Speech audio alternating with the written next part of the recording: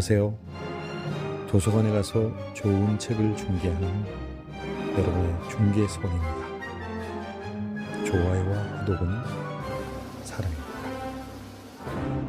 오늘은 종로 북촌에 있는 정독 도서관에 가서 불확실한 삶을 돌파하는 50가지 생각도구, 철학은 어떻게 삶의 무기가 되는가를 중개해 드리겠습니다. 야마구치 슈가 지은 책이고 김윤경이 옮겼습니다. 야마구치 슈는 일본의 리더십 분야 최고의 전문 컨설턴트로 이 책은 2천여 명의 CEO가 극찬한 인문학 도서입니다. 책을 한번 산책해 볼까요? 프랑스의 고등학교 과정인 리세에서도 이과와 문과를 불문하고 철학이 필수 과목으로 지정되어 있으며 대학 입학 자격 시험인 바칼로레아의 첫날 첫 시간에는 전통적으로 철학 시험이 실시된다. 미국 엘리트 경영자 교육기관으로 명성 높은 아스펜 연구소에서는 세계에서 가장 시급이 높은 글로벌 기업의 경영 간부 후보들이 멋진 스키 리조트가 있는 아스펜 산기슭에 모여 플라톤, 아리스토텔레스, 마키아벨리, 홉스, 로크, 루소, 마르크스 등 철학과 사회학의 고전을 착실히 배우고 있다.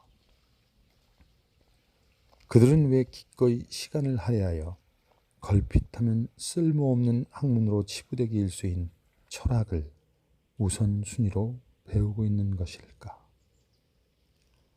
아스펜 연구소 설립 계기가 된 1949년 괴테 탄생 200주년 기념제의 발기인 가운데 한 사람이자 당시 시카고 대학교 총장이었던 로버트 허킨스는 리더가 교양을 갖추어야 하는 이유를 다음과 같이 설명했다. 교양 없는 전문가야말로 우리의 문명을 가장 위협하는 존재이다. 참으로 강렬하다. 철학을 배우면 어떤 일에 도움이 된다거나 멋있어 보인다거나 현명해진다는 것이 아니고 철학을 배우지 않고 사회적 지위만 얻으면 문명을 위협하는 존재, 한마디로 위험한 존재가 된다고 지적하고 있다. 교실 안에 있는 철학자가 세상을 움직이지는 못한다. 일찍이 사르트르나 마르크스가 발휘했던 영향력을 생각하면 이 지적에 위화감을 느끼는 사람이 많을 것이다. 하지만 사실이다. 세상을 움직이는 것은 그 사람들이 아니라 실무를 다루며 매일매일 생업에 최선을 다하고 있는, 즉 지금 이 책을 읽고 있는 당신과 같은 사람들이다. 이는 이 책의 한나 아렌트 부분에서 다시 언급하겠지만 세계적인 비극의 장본인은 홀로코스트를 자행한 아돌프 히틀러도 캄보디아 킬링필드의 주범인 폴포트도 아닌 그들을 리더로 따르기로 선택한 너무나도 평범한 사람들이었다. 그 사람들에 의해 거대한 악이 자행되었다고 한다면 과거의 철학자들이 인류가 지불한 비싼 수업료의 대가로 남긴 문헌을 우리와 같은 평범한 사람이 배우는 데는 큰 의미가 있다. 르상띠망을 여느 철학 입문서에처럼 설명해 보면 다음과 같다. 약한 입장에 있는 사람이 강자에게 품는 질투, 원한, 증오, 열등감 등이 뒤섞인 감정. 한마디로 시기심이라고 할 수 있는데 니체가 제시한 르상띠망은 우리가 시기심이라고 여기지 않는 감정과 행동까지도 포함한 조금 더 폭넓은 개념이다. 르상띠망에 사로잡힌 사람은 그 르상띠망을 일으키는 원인이 된 가치 기준에 예속하고 복종함으로써 그 감정을 해소하려고 한다. 주위의 모든 사람이 명품 가방을 갖고 있는데 자신만 없는 상황을 상상해 보자. 물론 누군가는 명품 가방은 자신이 정말로 원하는 물건이 아니며 자신의 라이프 스타일과 가치관에는 맞지 않는다고 생각하겠지만 실제로는 같은 수준의 명품 가방을 구입함으로써 자신이 품고 있던 르상띠망을 해소하는 사람이 적지 않다. 니체는 대표적인 이해로 기독교를 들었다. 니체에 따르면 고대 로마 시대에 로마 제국의 지배 아래에 있던 유대인은 줄곧 빈곤에 허덕였고 부와 권력을 거머쥔 로마인, 즉 지배자를 선망하면서도 증오했다. 하지만 현실을 바꾸기도 로마인보다 우위에 서기도 어려웠던 그들은 복수를 위해 신을 만들어 로마인은 풍요로운데 우리는 가난으로 고통받고 있다. 하지만 천국에 갈 수 있는 것은 우리 쪽이다. 부자와 권력자들은 신에게 미움받고 있어서 천국에는 갈 수 없다.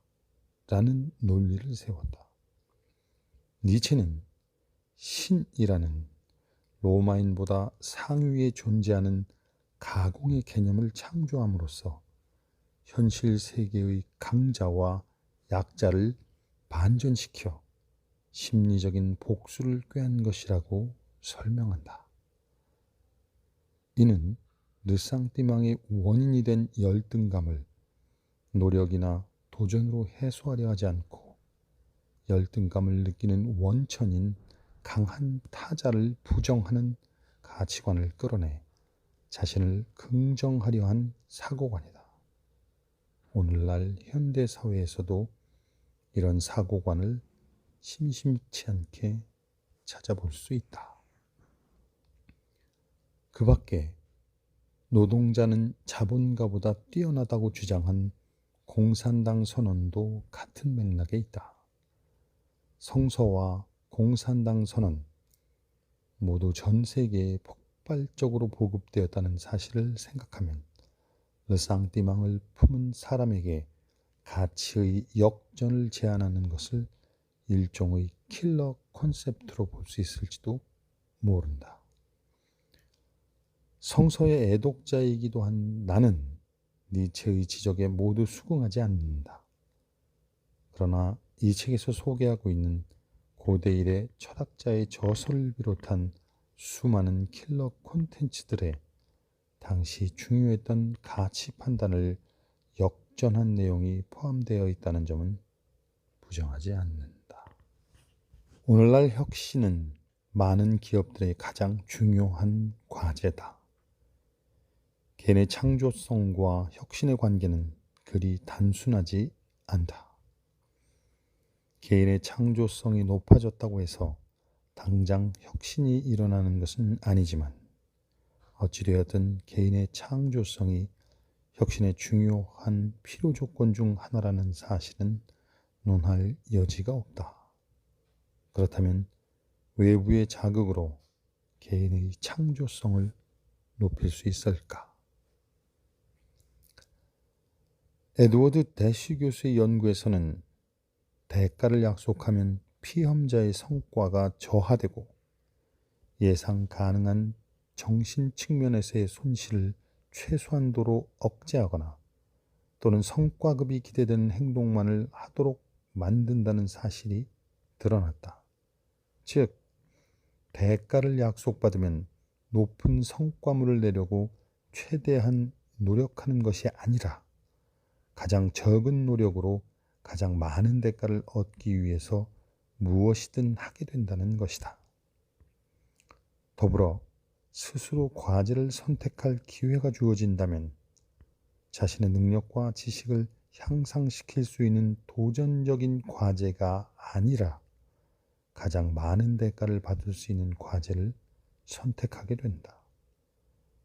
이런 실험 결과는 통상 비즈니스 세계에서 상식적으로 이루어지는 성과급 정책이 큰 의미가 없을 뿐만 아니라 오히려 조직의 창조력을 저해한다는 사실을 시사한다. 다른 사람에게 창조성을 발휘시키고자 할 때 성과에 대한 대가, 특히 예고된 대가는 효과가 없을 뿐만 아니라 오히려 사람이나 조직의 창조성을 파괴하고 만다. 그럴 때 대가, 즉 당근은 오히려 역효과를 불러온다. 그렇다면 대비 개념인 재칙은 어떨까? 결론부터 말하면 이 또한 심리학적 견해에서는 아무래도 부정적으로 보인다. 창조성을 발휘하여 리스크를 무릅쓰고 나아가는 데는 당근도 재칙도 효과가 없다. 다만 자유로운 도전이 허용되는 풍토가 필요하다. 그런 풍토 속에서 사람이 주저없이 리스크를 무릅쓰는 것은 당근을 원해서도 재치기 두려워서도 아니다. 그저 단순히 자신이 그렇게 하기를 원하기 때문이다. 다른 사람의 행동을 진정한 의미에서 바꾸고 싶다면 설득보다는 이해보다는 공감이 필요하다. 논리사고에 뛰어난 컨설턴트가 종종 일반 회사로 옮긴 후 고전하는 경우가 많은데 이는 그가 사람이 논리에 의해 움직인다고 잘못 알고 있어서다. 논리만으로 사람이 움직이지는 않는다. 논리는 필요 조건이지만 충분 조건은 아니다. 이는 토론을 떠올려 보면 이해하기 쉽다. 토론에서는 상대를 꺾어 이기면 그만이지만 실제로 사회에서 이 같은 행동을 하면 꺾인 상대는 겉으로만 따른 척할 뿐 속으로는 반발심을 품고 전력을 다해 실력을 발휘하지 않는다. 결코 논리만으로는 사람을 움직일 수 없다. 조직의 리더라면 당연히 자신을 추종하는 이들의 마음을 사로잡아 이끌어가는 능력이 필요하다. 그렇다면 레토릭의 위험성을 알면서도 이것을 이용할 것인가? 옳고 그름의 문제는 자치하고 레토릭에 도사리고 있는 위험성에 관해서는 알아두는 편이 좋다. 아리스토텔레스는 다양한 의미에서 스승 플라톤에게 도전장을 내민 사람이다. 스승이 위험하다고 경고한 레토릭에 관해 스승 이상으로 능숙하게 다루며 3권에 걸쳐 방법론을 써내려간 것은 마치 영화 스타워즈에서 처절한 전투를 벌이는 스승 오비완과 제자 아나킨의 관계를 보는 것 같다. 씁쓸하기도 하다. 타블라 라사는 라틴어로 아무것도 쓰여있지 않은 석판이라는 의미로 타블라는 태블릿, 즉 판이라는 단어가 그 어원이다. 존 로크는 영국 경험론을 창시한 철학자로 잘 알려져 있지만 대학에서는 의학을 공부하여 해부학에 관한 저서도 남긴 인물이다. 로크는 그가 주장한 경험론처럼 실제로 의사로서 많은 영유아를 접해본 경험을 통해 태어날 때 사람의 심성은 아무것도 쓰여 있지 않은 석판, 즉 타블라 라사와 같다고 생각했다. 로크가 주장하는 핵심 주제가 사람은 경험과 학습에 의해 얼마든지 배울 수 있다라면 이 주장은 인생의 어느 시점에서나 적용해 볼 수 있다. 인간의 수명이 100세에 이르는 시대에는 다시 새롭게 배우는 일이 매우 중요한 논점이다. 특히 오늘날처럼 기술의 발달이 두드러지는 사회에서는 한 번 배운 지식이 금세 진부해지고 마는 경향이 있다.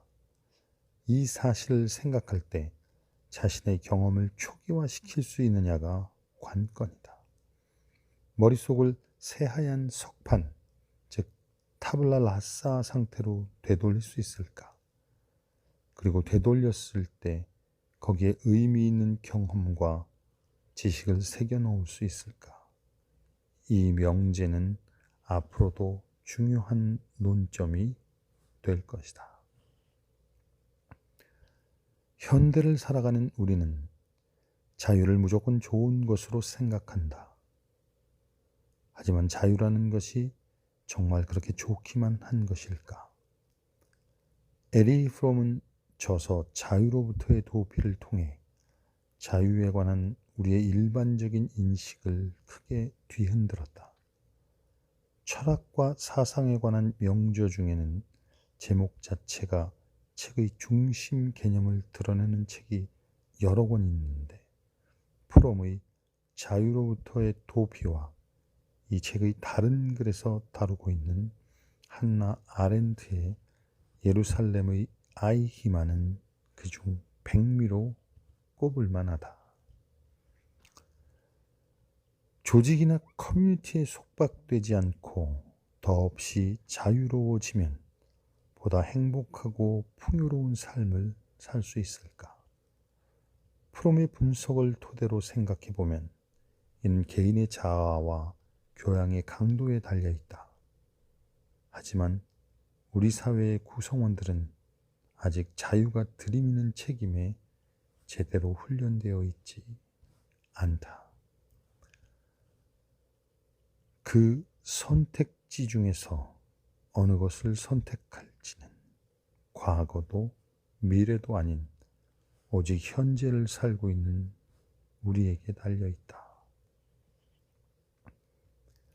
전철을 타면 눈에 들어오는 사람들의 약 절반 가까이는 스마트폰을 들여다보고 있다.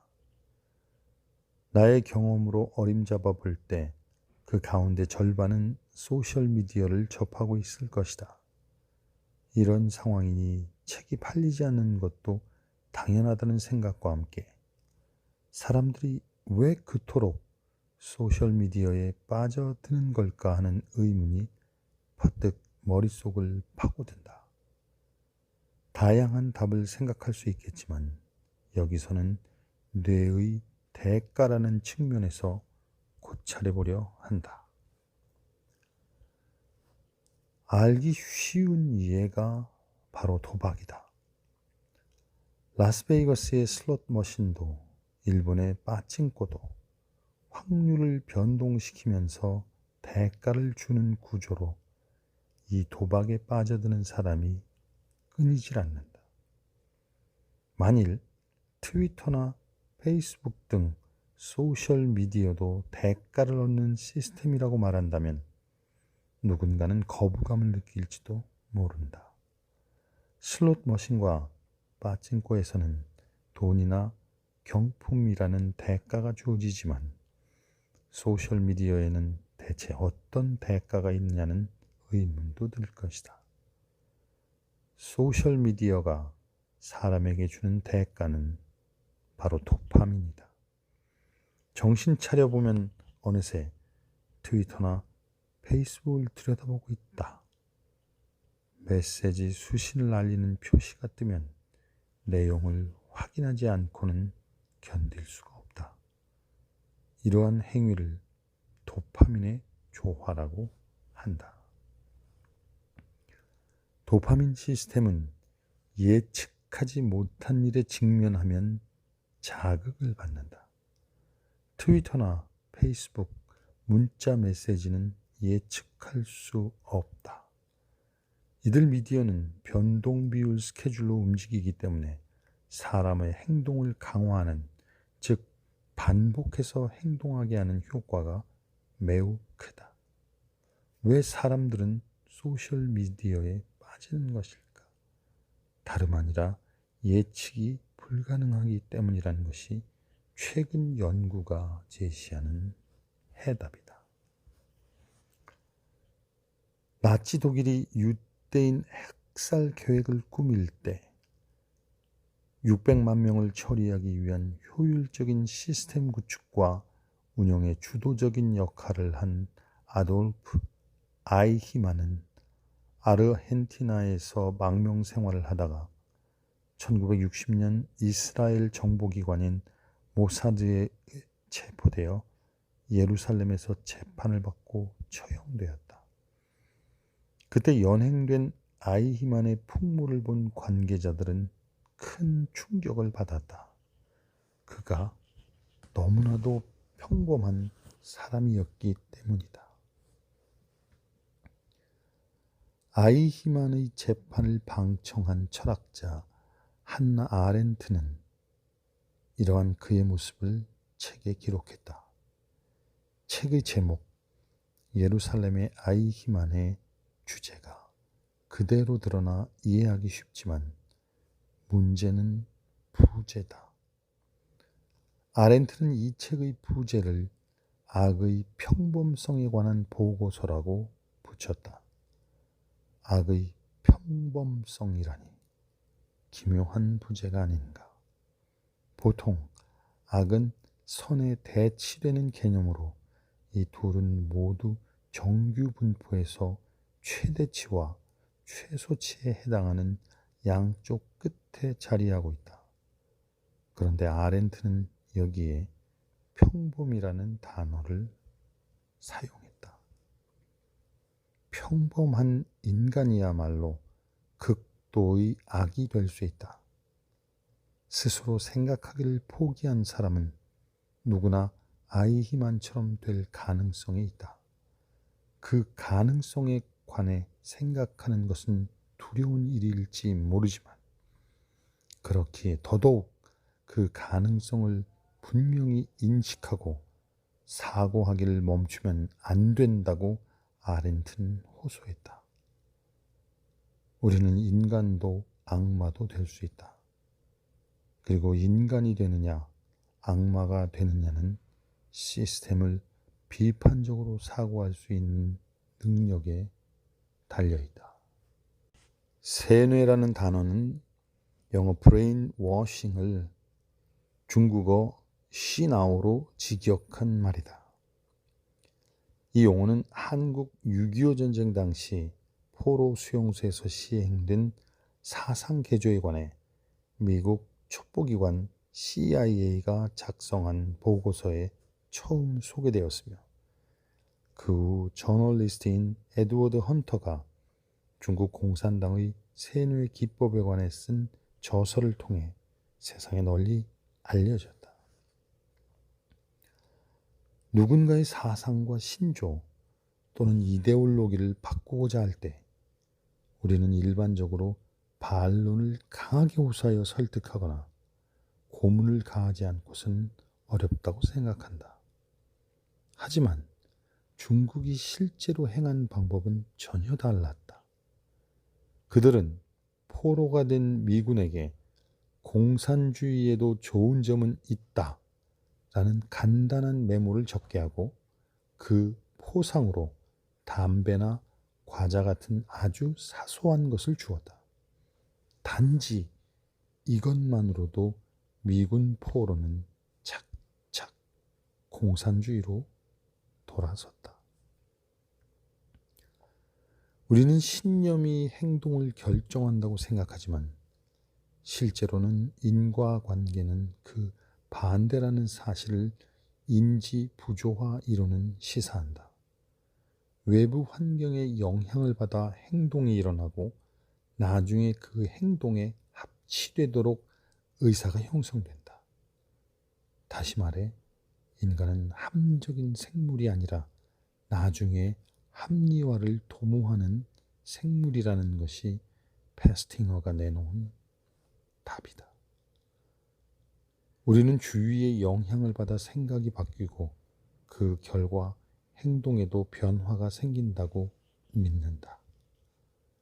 인간은 주체적인 존재로서 의식으로 행동을 다스리는 자율적 이상형으로 그려진다.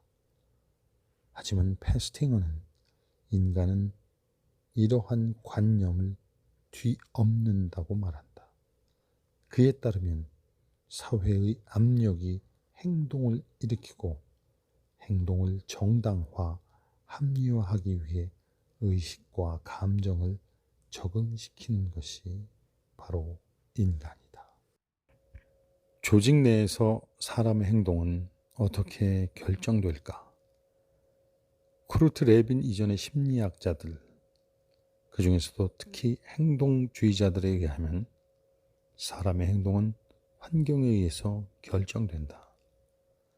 하지만 레빈은 조직 내에서 개인과 환경의 상호작용에 의해 사람의 행동이 규정된다는 가설을 세웠고 오늘날 그룹 다이나믹스로 알려진 광범위한 영역에서 연구를 실시했다. 브리지스의 말에 의하면 경력이나 인생의 전환기는 무언가가 시작되는 시기가 아니라 오히려 어떤 일이 끝나는 시기다. 거꾸로 말하면 무언가가 끝남으로써 비로소 새로운 무언가가 시작된다는 것인데 사람들은 대부분 후자의 새로운 시작에만 주목해 대체 무엇이 끝났는지, 무엇을 끝내야 하는지 끝에 관한 물음에 진지하게 맞서지 못한다. 오늘날 청년층에서는 경제, 돈, 물욕에 치우친 척도를 부정하는 자성의 목소리가 거대한 물결을 일으키며 지각 변동을 일으키고 있다. 아이러니하게도 거품 경제 시기를 끝낼 필요가 없는 세대에 의해 견인되고 있는 셈이다. 지금이야말로 경제가 아닌 다른 산에 올라야 할 절호의 기회다. 그러기 위해서는 무엇보다 본질적인 의미에서 지난 시절에 대한 노스텔지어를 끝내야 한다.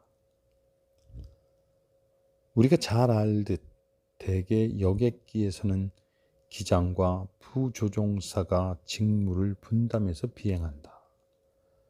부조종사에서 기장으로 승격하는 데는 보통 10년 정도가 걸리며 그러기에 두말할 것도 없이 경험이나 기술, 판단 능력 면에서 기장이 부조종사보다 훨씬 뛰어나다고 인식한다. 하지만 과거에 발생한 항공기 사고를 조사한 통계를 살펴보면 부조종사가 조종탈을 쥐었을 때보다 기장이 조종탈을 잡았을 때 추락사고가 훨씬 많이 발생했다는 사실을 알 수 있다. 대체 어찌 된 일일까? 이 문제에서 조직이 지니고 있는 불가사의한 특성이 드러난다. 부조종사가 조종탈을 잡고 있을 때는 상사인 기장이 부조종사의 행동과 판단에 자연스럽게 이의를 제기할 수 있다. 하지만 반대의 경우는 어떨까? 기장이 조종탈을 쥐고 있을 때 부하 직원인 부조종사는 과연 기장의 행동이나 판단에 반대 의견을 솔직히 말할 수 있을까? 아마도 대개는 심리적인 저항감을 느낄 것이다. 그래서 걱정되는 점이나 다른 의견이 있어도 망설이다 속으로 꿀꺽 삼킨 결과가 기장이 조종탈을 잡았을 때 사고가 발생할 확률이 높다는 통계로 발현된 것이다. 철학은 어떻게 삶의 무기가 되는가라는 제목은 매력적이다. 철학이 삶을 살아가는데 무기가 되어준다면 그것이 어떻게 가능한지 궁금증을 솟구치게 하기 때문이다. 이 책을 집어든 여러분도 아마 나와 같은 마음이었을 것이라 생각한다. 이 책에서 설명하고 있는 철학과 사상 용어들은 얼핏 일상생활에 별반 도움이 되지 않을 듯이 어려워 보이기도 하지만 사실은 우리는 눈앞에서 일어나는 일과 현상을 적확하게 파악할 수 있는 통찰력을 길러주고 새로운 세계를 다양한 각도에서 바라볼 수 있는 관점을 제시한다고 저자는 강조한다. 가장 큰 매력은 단연 콘셉트를 축으로 철학을 이야기한다는 데 있다. 저자는 기존 철학서들이 대부분 철학사의 흐름을 기반으로 하여 철학자와 그 사고관을 시대순으로 소개하는데 반기를 들고 고정관념을 깨뜨렸다. 우리를 철학 앞에서 주눅들게 하는 고대 철학자들을 줄줄이 나열하는 것이 아니라 철학자, 사상가가 주장한 철학의 뼈대를 주제별 콘셉트로 묶어 자세한 설명과 함께 현대사회에 접목시켰다. 여러분이 일상에서 발휘하는 통찰력과 관점이 이 책을 읽기 전과 읽은 후로 달라졌기를, 그리고 철학이 어떻게 삶의 무기가 되는지를 새로이 알고 느낌으로써 앞으로 삶을 살아가는데 다양한 시각과 합리적인 행동으로 활용할 수 있기를 진심으로 바란다. 끝으로 이 책을 읽은 사람들과 함께 이야기 나누고 싶은 질문을 소개한 것으로 글을 마친다. 나는 미래를 어떻게 만들고 싶은가? 여러분과 함께 긴 산책을 마치도록 하겠습니다. 여러분, 감사합니다.